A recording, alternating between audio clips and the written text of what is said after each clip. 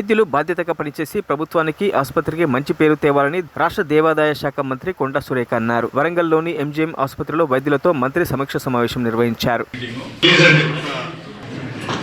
Media మిత్రులందరూ దయచేసి ఒక్క పావు గంట మన అర్ధగంట డిస్ట్రిక్ట్ మంత్రి గారు గొడవలు ఘర్షణలు ఇక ముందు ఉన్నది. ఈరోజు స్ట్రిక్ట్ గా చెప్పాను, వాళ్ళు ఉంటున్నాం అని చెప్పారు. ఉండకపోయినా ఉండాల్సిన అవసరం ఉన్నది. ప్రతి వార్డు ముందట గోడల మీద ఆర్ఎంఓ నెంబర్ 1, ఆర్ఎంఓ నెంబర్ 2 రాసి అంటే అది గవర్నమెంట్ నెంబర్ ఇది.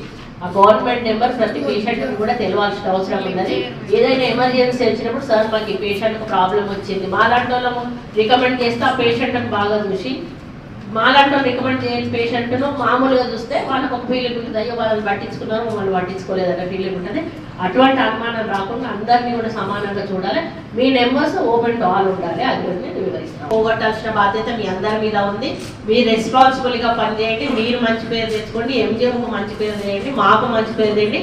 మీడియా మిత్రులకు కూడా ఏ ఆలోచన లేకుండా వాళ్ళకు కూడా ప్రశాంతంగా ఉండలేండి. వాళ్ళు పాపం వాళ్ళు ఇక్కడ మరిన్ని అప్డేట్స్ కోసం మా ఛానల్ని సబ్స్క్రైబ్ చేయండి.